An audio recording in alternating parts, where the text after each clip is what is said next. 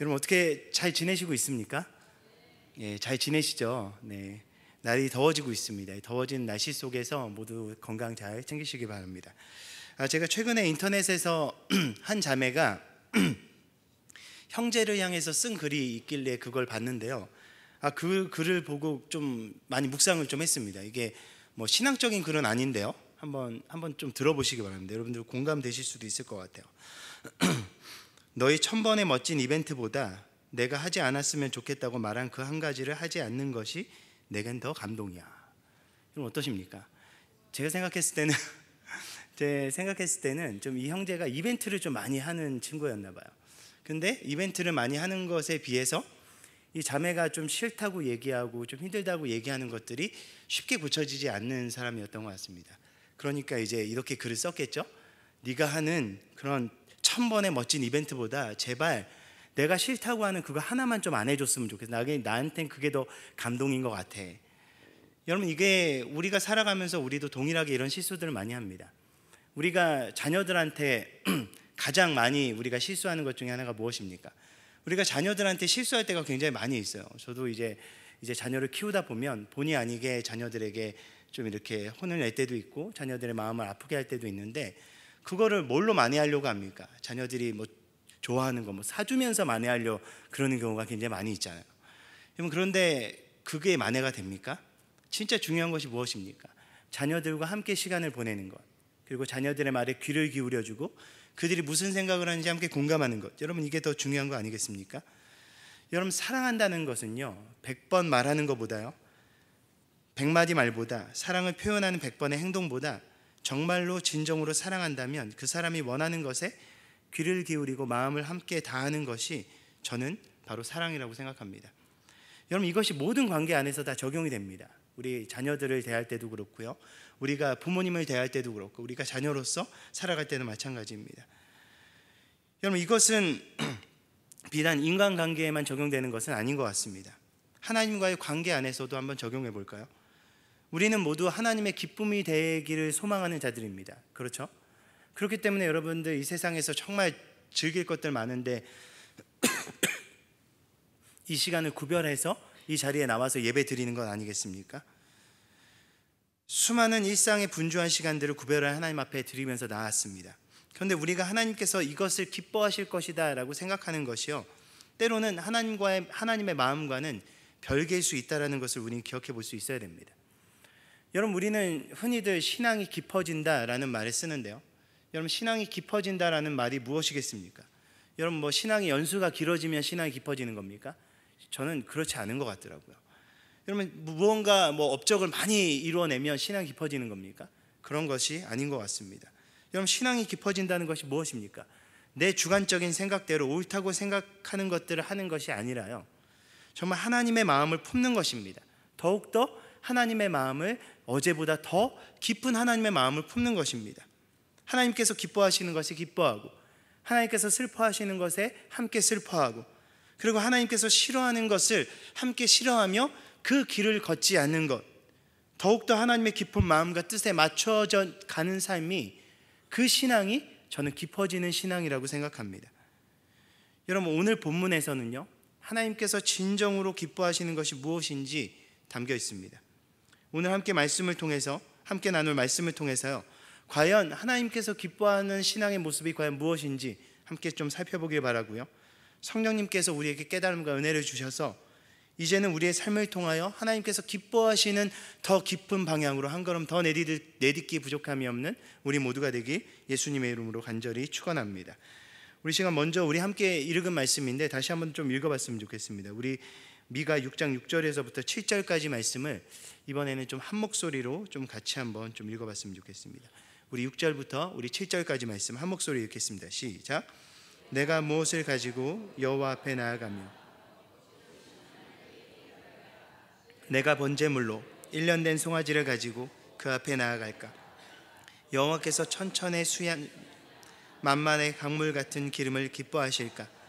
내 허물을 위하여 맏아들을, 내 영혼의 죄로 말미암아 내 몸에 열매를 드릴까? 여러분, 미가 선지자가 활동했었던 당시 남유다 이 왕국의 타락은요 실로 엄청났습니다. 사회 전반적으로 불의와 폭력이 가득했고요. 우상숭배와 인신매매 그리고 거짓이 판을 치는 시대였습니다. 삶에서 모범을 보이고 백성들을 이끌어야 했었던 지도자들도 이 타락에서부터 자유로울 수 없었습니다. 우리 함께 나눴었던 6장 뒤에 나오는 7절 말씀에는요, 어떻게 기록하고 있냐면 7장 이전에 이렇게 기록합니다. 경건한 자가 세상에서 끊어졌고 정직한 자가 사람들 가운데 없도다. 무리가 다 피를 흘리려고 매복하여 각기 그물로 형제를 잡으려 하고 두 손으로 악을 부지런히 행하는도다. 그 지도자와 재판관은 뇌물을 구하며 권세자는 자기 마음의 욕심을 바라며 그들이 서로 결합하니 그들의 가장 선한 자라도 가시 같고 가장 정직한 자라도 찔레 울타리보다 더하도다. 그들의 파수꾼의 날 곧 그들 가운데 형벌의 날이 임하였으니 이제 그들이 요란하리로다. 여러분, 이들이 이렇게 타락했다라는 거예요. 하나님 앞에 나아가야 되는 지도자와 권세자들이 결탁하고 법관들이 결탁하여서 정말 더 부정부패가 일어나는 이 어두운 시대 가운데 미가 선지자가 부름을 받습니다. 그리고 유다의 죄악성을 낱낱이 폭로하고요, 하나님 앞에 회개할 것을 외쳤습니다. 여러분, 삶이 무너지고 그리고 깨어진 이스라엘 백성들이 하나님 앞에 돌이킬 수 있는 유일한 방법이 무엇이었을까요? 여러분, 우리가 흔히 우리의 삶이 무너졌을 때, 우리의 신앙이 무너졌을 때 하나님 앞에 우리의 신앙을 돌이키는 가장 첫 번째 방법이 무엇입니까? 뭐죠? 예배의 자리에 나오는 거 아닙니까? 그리고 기도하는 것 아닙니까? 그리고 기도하면서 우리의 삶을 다시 한번 하나님 앞에 올려드리는 건 아닙니까? 여러분, 그런데 참 재미있는 것은요, 우리 함께 읽은 6절부터 7절까지 말씀에는 마치 하나님께서 이 사람들이 드리는 이 제사, 지금으로 말하는 예배를 기뻐 받으시지 않는 모습으로 나와 있지 않습니까? 마치 그것을 기뻐 받으시지 않는 모양으로 나와 있습니다. 여러분, 그럴까요? 그렇지 않습니다. 하나님께서는요, 하나님의 백성들이 주의 전에 나와서 하나님을 부르며 하나님께 나아가는 것을 정말로 기뻐하십니다. 그렇다면 왜 하나님께서는 오늘 이 본문에서 그들의 예배에 대해서 이렇게 지적을 하셨을까요? 왜냐하면 하나님 앞에 나오는 이들의 예배의 자세가 심각하게 문제가 있었음을 하나님께서는 지적하고 계신 겁니다. 하나님 앞에 나오는데 이들이 집중하는 것이 무엇입니까? 무엇을 들고 하나님 앞에 나아갈까? 여러분, 이것을 가지고 고민하며 하나님 앞에 나아갔다라는 거예요. 여러분, 이들이 무엇을 고민했는지 한번 볼까요? 다시 한번 더 보면요, 번제물로 1년 된 송아지를 가지고 그 앞에 나아갈까 고민했다는 거예요. 천천의 수양이냐, 만만의 강물 같은 기름으로 하나님 앞에 나아갈까? 여러분, 이 정도까지 나오면, 이 정도로 하나님 앞에 드리겠다라고 고백하는 사람이 나왔으면요, 아마 그 당시 이스라엘 백성들은 아마 박수를 쳤을 거예요. 와, 1년 된 송아지를 하나님 앞에 드린다고요?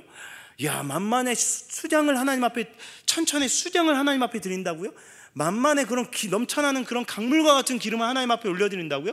정말 당신의 신앙은 정말 아름답고 훌륭하군요. 당신의 그 기뻐하는, 그 기쁘게 드리는 그 헌신을 하나님께서 기쁘게 받으실 겁니다. 이렇게 얘기했었을 것 같아요. 여러분, 이게 얼핏 보면 넘쳐나는 헌신으로 착각할 수가 있습니다.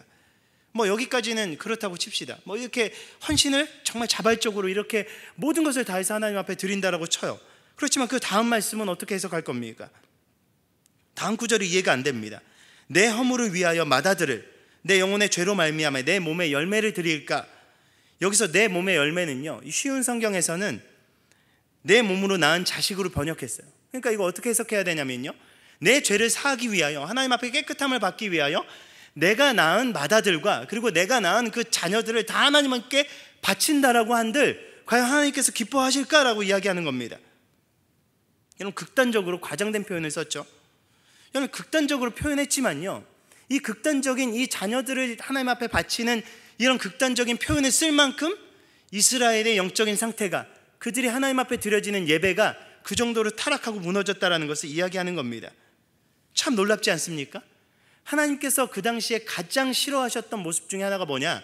바로 이방 종교에서 드렸었던 인신제사였어요. 하나님께서는 인신제사를 기뻐 받으시는 분이 아니셨습니다. 그렇기 때문에 신명기 18장에 그 인신제사를 드려지는 그 모습 자체를 하나님께서는 가증히 여기시며 그것을 정죄하시는 장면이 담겨져 있거든요. 여러분, 참 여기서 지적해야 되는 것은요, 이 인신제사를 기록한 이유가 무엇이냐, 이 제사 자체에 집중하는 것이 아니라요, 하나님을 위한다면서, 하나님을 위한다라고 이야기하면서 하나님께서 그토록 싫어하시는 가증한 것을 드리려고 하는 이 안타까운 이들의 모습을 그대로 적나라하게 보여주는 것이었다는 것입니다. 여러분, 예배가 무엇입니까? 여러분, 예배의 핵심 가치가 여러분 무엇이라고 생각하십니까? 사람들이 착각하는 것이요, 예배의 핵심 가치를 이렇게 뭔가 드리는 것이라고 착각할 수 있어요. 뭔가 이 시간에 나와서 하나님 앞에 뭔가를 하는 것이라고 행위적인 것으로 생각할 수 있습니다. 그렇지만 진정한 예배의 핵심 가치는요, 관계에 있습니다. 하나님과 맺어지는 친밀한 관계에 있습니다. 여러분, 예배는요, 제의적인 그런 행위가 아니라 바로 하나님과의 친밀한 영적인 관계라는 것입니다. 여러분, 그런 의미에서 회개가 무엇입니까? 하나님과의 죄로 인해서 단절된 하나님과의 관계, 죄로 인해서 똑바로 걸어야 될 하나님의 길에서 돌이켜진 우리의 삶의 길을 돌이켜서 하나님 앞의 관계 회복으로 나아가는 그 첫걸음이 바로 회개라는 것입니다. 여러분, 그렇다면요, 하나님께 나아가는 예배와 회개의 가장 기본적인 마음이 무엇이겠습니까? 저는 그것을 바로 전심과 진심이라고 생각합니다. 여러분, 전심을 다해 하나님 앞에 나아가는 것, 그리고 진심으로 하나님을 바라보고 하나님을 예배하는 것이 여러분, 예배의 가장 기본적인 자세이며 마음인 것입니다. 하나님께로 나의 삶을 돌이키는 회심의 마음이 있는 것이 예배입니다. 전적으로 하나님을 의지하며 하나님이 아니면 안 되겠다라고 하는 그 마음, 그 진실된 마음에서부터 예배는 시작됩니다. 그리고 내 죄를 깨닫고 이제는 그 길 다시는 가지 않겠다고 그 진실된 마음으로부터 하나님 앞에 고백하며 그 길을 돌이키는 것이 여러분, 회개의 시작이라는 것입니다. 그렇다면 전심과 진심의 반대말이 여러분 무엇이겠습니까? 저는요, 형식과 외식이라고 생각합니다. 오늘 본문에 나온 고백이요, 바로 전심과 진심이 빠진 그런 행위와 그런 외식으로 쌓여진 그런 예배였다라는 것입니다. 여러분, 무엇이 느껴지십니까? 대충 재물로, 돈으로 때우는 형식적이고 외식적인 종교의 행위가 보여지는 것입니다. 전심과 진심이 빠진 신앙은 하나님은 신경 쓰지 않습니다. 하나님이 아니라 사람들을 신경 쓰며 다른 보여지는 것들을 신경 쓰게 되어 있습니다. 여러분, 돈으로 하나님의 마음을 살 수 있습니까? 온 세상 만물의 주인이 하나님이신데 과연 그 하나님 앞에 얼마를 드려야 하나님께서 만족하시겠습니까? 여러분, 재물로 하나님의 사랑을 얻을 수 있겠습니까? 과연 우리가 무엇을 드려야 하나님께서 만족하시며 기뻐하시겠습니까? 여러분, 하나님을 위한다라고 하지만 하나님께서 가장 싫어하시는 형식적인 것만 드릴 때 하나님의 함께하심이 결코 나타나지 않는다라는 것입니다. 여러분, 호세아 6장 6장에서는요, 하나님께서는 제사나 번제보다 인애와 하나님을 아는 것을 더 원하신다라고 말씀하십니다. 사람들이 쉽게 착각합니다. 종교적인 형식만 갖추면, 드리는 외양만 갖추면 하나님께서 기뻐하시겠지, 이 정도만 해도 하나님께서 만족하시겠지. 그러나 진정한 마음과 사랑이 빠진 그 어떤 종교 행위도 하나님께서는 결코 기뻐 받으시지 않으신다라는 사실입니다. 이스라엘 백성들에게 하나님께서는 수차례 말씀하셨습니다. 형식적인 제사가 아니라 나는 너희의 마음을 원하고 너희의 사랑을 원한다. 마음을 다해 너희의 사랑을 다해 나에게 돌이키라. 여러분, 어찌 보면 선지서를 통해 하나님께서 끊임없이 이스라엘 백성들에게 말씀하시는 핵심 주제가 바로 이것입니다. 마음을 다해 돌이켜 하나님께로 돌이켜 하나님을 붙들어 하나님의 사랑의 관계 안에 다시금 회복되는 것, 여러분, 이것이 하나님께서 원하셨던 마음이었던 것입니다. 그런데 이스라엘 백성들은요, 마음과 사랑이 빠진 빈 껍데기 그 형식을 하나님 앞에 올려드렸던 것입니다. 여러분, 너무나 무서운 것은요, 이 모습이 여러분 우리의 모습이 될 수도 있다라는 사실입니다. 여러분, 우리가 처음 예수 믿고 구원받았을 때 여러분 우리 어땠습니까? 여러분, 그때 어땠습니까? 교회 오는 것 자체가 너무 즐겁지 않았습니까? 은혜의 자리에 있는 것 자체가 즐겁지 않았습니까? 찬양 부르기만 해도 눈물 나지 않았습니까? 하나님 앞에 무릎 꿇기만 하면 뭘 그렇게 잘못했다고 눈물을 흘리며 회개하는 그 차원에서 회개하는 심령이 자연스럽게 일어나지 않았습니까? 나의 삶을 통해 살아 숨쉬는 하나님을 느끼며 하나님과 동행하기 위해서 얼마나 몸부림치는 그런 삶을 살아갔습니까? 기도할 때마다 눈물로 기도하며 하나님 앞에 나아가는 순수함과 그 뜨거움이 지배하는 삶을 살아가지 않았습니까? 그런데 하나님 앞에 나아가는 진실함이 아니라 형식적으로 예배하고 형식적으로 섬기며 습관적으로 나와 여러분 있지는 않습니까? 가슴을 치며 눈물을 흘리며 하나님 앞에 기도하며 하나님을 여전히 우리는 붙들고 있습니까? 하나님께서는 계속해서 돌이켜 내 마음을 다하길 원하시는데 계속해서 차가워지고 돌같이 굳어버린 마음으로 상황 탓하고 사람 탓하면서 은혜 안에 거하지는 못하고 끊임없이 내 상황과 사람을 통해서 변명하고 핑계대는 그러한 모습이 우리 가운데 있지 않느냐는 것입니다. 하나님을 위한다고 하면서 하나님께서 가증히 여기시는 것을 거리낌 없이 고백했었던 이스라엘 백성들처럼 하나님을 예배한다라고 하면서 하나님께서 가증히 여기시는 미움과 시기와 질투와 다툼이 여전히 존재하는 그러한 교회와 모임들이 얼마나 많이 있습니까? 여러분, 우리는 돌이켜야 합니다. 그리고 우리의 마음을 다해야 합니다. 여러분, 우리의 중심은 회복되어져야 합니다. 우리가 드리는 모든 예배가 하나님께서 기뻐하시는 것이 될 수 있도록 우리의 형식을 넘어서 예배가 하나님과의 진실된 관계 안으로 접어 들어갈 수 있도록 우리의 마음을 돌이켜 하나님 앞에 나아갈 수 있어야 된다는 것입니다. 여러분, 오늘 본문을 잘못 해석하면요, 그럼 형식적인 제사는 필요 없는 건가? 하나님께서는 예배를 기뻐 받으시지 않은 건가? 라고 이분법적으로 해석하면 안 됩니다. 하나님께서 기뻐하시는 진정한 의미는요, 제사가 필요 없다가 아니라 본질이 빠진 제사를 하나님께서는 싫어하시며 그 제사를 가증히 여기신다라는 것입니다. 하나님께서 그 부분을 지적하신다라는 것입니다. 왜냐하면 전심과 진심이라는 본질이라는 그 본질이 빠진 신앙과 예배는요, 결코 하나님께서 기뻐하시는 삶으로 연결되지 않기 때문입니다. 여러분, 예배는 하나님과의 친밀한 관계로부터 시작된다고 그랬잖아요. 여러분, 예배가 그냥 종교적인 행위에서 그쳐지는 것이 아니라 진실된 하나님과의 관계, 친밀한 하나님과의 관계라면 여러분, 이 예배당 안에서 예배가 끝나겠습니까? 여러분, 예배가 끝난다고 끝나겠습니까? 우리의 찬양이 불러지는 찬양을 멈춘다고 찬양이 끝나겠습니까? 아니에요. 우리의 삶으로 돌아갈수록 우리의 예배는 더욱더 깊어져야 되고요, 예배는 더욱더 풍성해져야 된다는 것입니다. 예배가 관계이기 때문입니다. 그렇기 때문에 우리의 직접적인 삶과 연결되게 되어 있다는 것입니다. 본질이 빠진 예배와 신앙의 모습으로 살아가는 자가 과연 하나님께서 기뻐하시는 것을 추구하는 삶을 살아가겠습니까? 결코 삶으로 연결되지 않습니다. 하나님께서 기뻐하시고 하나님께서 바라보는 것은 다른 것이 아니라 우리의 삶이라는 것입니다. 진실되게 하나님을 예배하는 자가 진실되게 하나님께서 기뻐하시는 것을 위해 살아가도록 몸부림친다는 것입니다. 이 시대를 보십시오. 종교적인 열심은 있으나 일상적인 것이 따라오지 않는 그런 경우를 우리가 얼마나 쉽게 접할 수 있습니까? 그렇기 때문에 미가 선지자는요, 너무나 중요한 8절 말씀을 통해 하나님께서 기뻐하시는 것이 무엇인지 선포하고 있습니다. 우리 8절 말씀 우리 같이 한 번 더 읽어볼까요? 함께 읽겠습니다. 시작. 사람아, 여호와께서 내게 구하시는 것은 오직 정의를 행하며 인자를 사랑하며 겸손하게 내 하나님과 함께 행하는 것이 아니냐. 여러분, 오늘 말씀이 시작할 때 사람아 라고 시작하잖아요. 그렇게 고민하는 사람들에게 하나님께서 외치는 것입니다. 사람아, 주께서 선한 것이 무엇임을 내게 보이시지 않았냐? 하나님께서 이미 하나님께서 기뻐하시는 것이 무엇인지 보여주셨다라고 말씀하십니다. 하나님께서 기뻐하시는 것이 무엇입니까? 정의를 행하는 것과 사람을 사랑하는 것과 겸손하게 하나님과 함께하는 것입니다.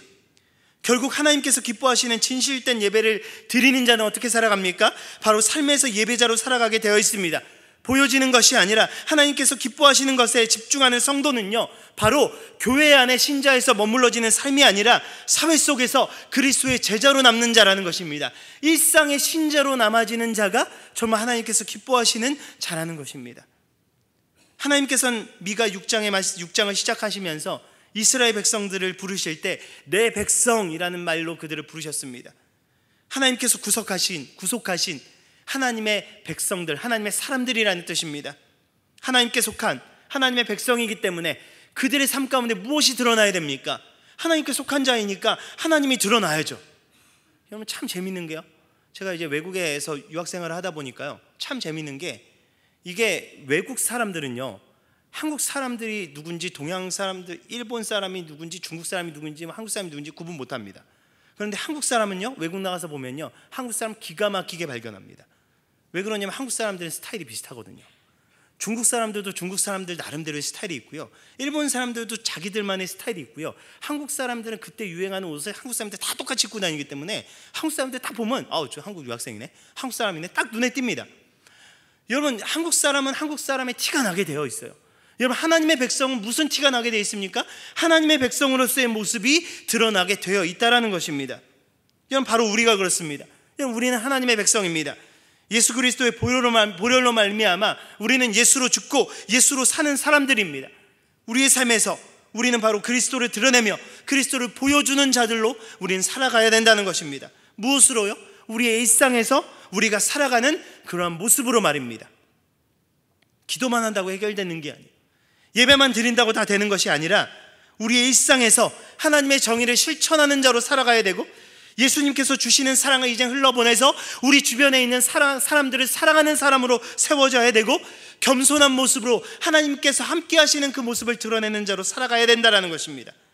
내가 가진 것을 자랑하고 뽐내는 자가 아니라 날마다 나는 죽고 예수가 사는 삶을 살아감으로 하나님께서 실제적인 삶에서 동행하는 자임을 보여주고 드러내는 삶으로 살아가야 된다는 것입니다. 여러분, 하나님께서 기뻐하시는 삶은요, 예수 그리스도의 복음이 말로만이 아니라 눈에 보이게 펼쳐지는 것, 그것이 말과 행위로 알려지는 것을 하나님께서는 기뻐하십니다. 복음이 실제로 우리의 삶을 변화시키셨다라는 것을, 그것을 드러내며 증명하는 것이 여러분 증인의 삶입니다. 여러분, 우리가 그 증인의 삶을 살아가지 않는 것은요, 우리가 믿고 있는 그 복음이 얼마나 형편없고 능력이 없는 것임을 드러내는 것 아니겠습니까? 여러분, 우리가 예수는 믿지만 세상 사람들과 전혀 다르지 않다면, 이전의 내 모습, 내 성품 그대로 살아간다면 그 삶을 바라보는 사람들이 우리를 어떻게 평가하겠습니까? 존 폴턴이라는 사람은 그렇기 때문에 이렇게 고백했습니다. 그리스도인들은 그들이 말하는 것 그대로 보일 필요가 있다. 1차적으로 어떤 것을 전달하는 것은 말이나 사상이 아니라 사람이다. 의사를 전달하는 것은 기본적으로 인격적인 신빙성이다. 여러분, 만일 우리의 삶이 우리의 전해지는 메시지와 모순된다면 우리는 신빙성을 잃어버린 그 삶을 살아갈 수밖에 없다는 것입니다. 여러분, 세상 사람들은요, 하나님이 어디 있냐고 얘기합니다. 여러분, 하나님 눈에 보입니까? 여러분, 우리 믿는 우리들도 하나님을 눈에 보는 삶을 살아가지 않잖아요. 눈에 보여지기 때문에 하나님을 믿는 것이 아니지 않습니까? 그런데 세상 사람들은요, 하나님을 눈에 보이게 증거를 요구합니다. 하나님 나타나면 내가 믿겠어. 하나님이 살아계심을 보여줘봐. 증명해봐. 이렇게 얘기합니다. 여러분, 하나님 보이지 않습니다. 그런데 하나님이 보여질 때가 있습니다.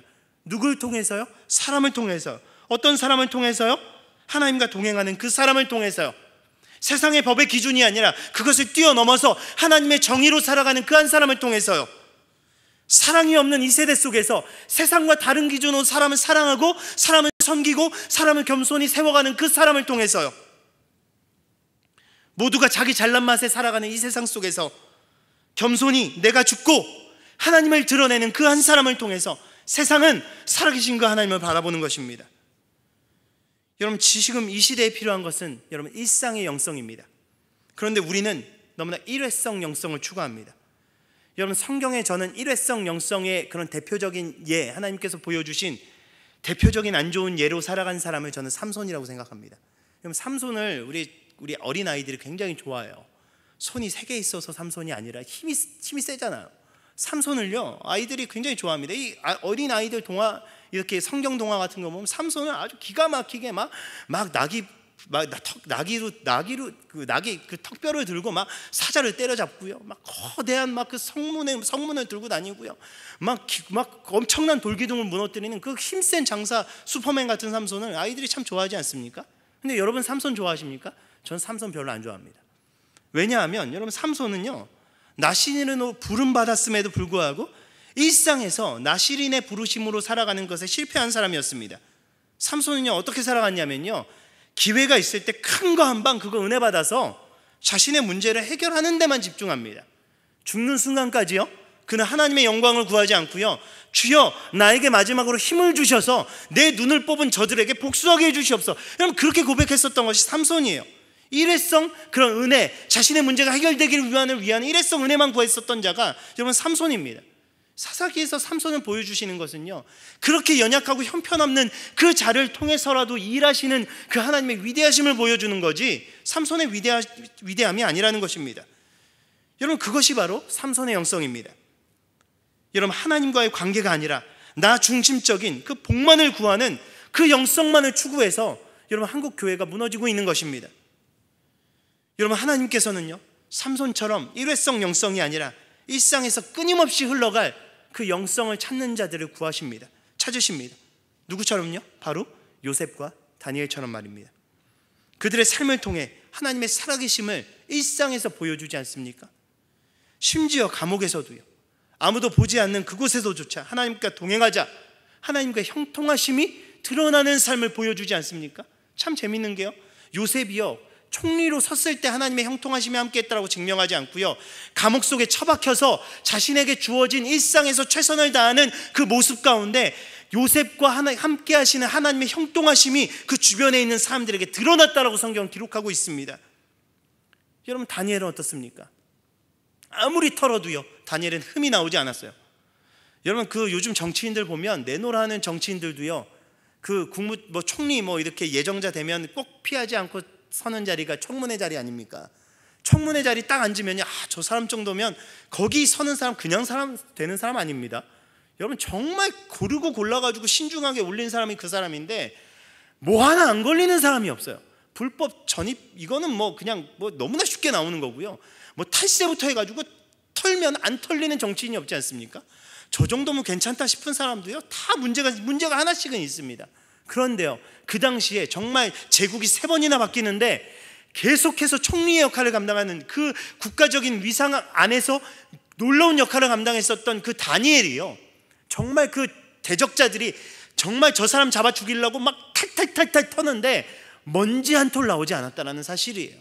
얼마만큼 다니엘이 그 일상에서 구별된 삶을 깨끗하게 살아가려고 노력하는 모습으로 살아갔기에 여러분, 그런 모습이 나왔겠습니까? 그들이 찾고 찾아도 아무리 찾아도 흠이 나오지 않자 다니엘에게 흠이 된 것 딱 한 가지가 있었는데, 그게 무엇입니까? 기도 시간이었다라는 거예요. 기도 시간. 여러분, 그가 사자굴에 들어갈지언정 그 속에서조차 살아계시고 함께 하시는 그 하나님을 경험하고 보여줌으로 그들의 제적자들조차 그와 함께 하시는 그 하나님을 경험하지 않았습니까? 여러분, 올바르게 하나님을 만나고 하나님 안에 거하는 자는요, 결코 일상에서 하나님을 외면하는 삶을 살아갈 수 없습니다. 예배와 섬김이 핑계가 되어서요, 가정에 소홀할 수 없다는 것입니다.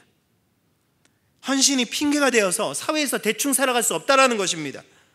하나님께서 기뻐하시는 진정한 은혜의 처소가 바로 우리의 일상임을 알기 때문에 하나님을 사랑하는 만큼, 하나님을 기대하는 만큼 삶에서 하나님께서 기뻐하시는 합당한 삶의 열매를 맺어갈 수밖에 없다는 것입니다. 여러분, 사랑은요, 여러분 무엇을 낳는 것 같습니까? 여러분, 사랑은 말을 낳는 게 아니라요, 사랑은 행동을 낳습니다. 여러분, 성령의 9가지 열매 다들 아시죠? 성령의 9가지 열매를 자세하게 묵상해 보면요, 이게 밀접하게 2가지로 연결되어 있습니다. 여러분, 첫 성령의 9가지 열매 중에 3개가요, 사랑과 희락과 화평입니다. 여러분, 이것은요, 사랑을 하게 되면 따라오는 것들이요, 사랑을 하면 기쁨이 따라오지 않습니까? 그 사랑하는 사람과 함께 있으면 평안합니다. 여러분, 사랑을 하기 때문에 희락과 화평이 같이 따라옵니다. 그렇지만 그 뒤에 나오는 6가지 열매들은요, 이 사랑과 희락과 화평을 지켜가기 위해서 행동해야 되는 것들이 따라 나옵니다. 여러분, 무엇입니까? 오래 참음, 자비, 양성, 양선, 충성, 온유, 절제, 실제적으로 행동해야 되는 것들입니다. 사랑하면 당연히 함께 오는 희락과 화평을 지킬 수 있는 유일한 비결은요, 바로 나 자신을 죽이며 하나님의 뜻을 쫓는 6가지 실제적인 행동으로 살아갈 때 그것이 함께 만들어진다는 것입니다. 여러분, 하나님께서는요, 바로 그렇게 교회의 안과 밖에서 하나님을 사랑하고 그 사랑의 행위로 살아가는 그 한 사람을 찾으십니다. 여러분, 삶을 통해 하나님의 살아계심을 드러낼 수 있는 그런 일상의 영성을 가진 자를 찾으시며 그 자를 통해 일하십니다. 바로 지금 이 시대는 그런 사람과 그런 공동체를 요구하고 있습니다.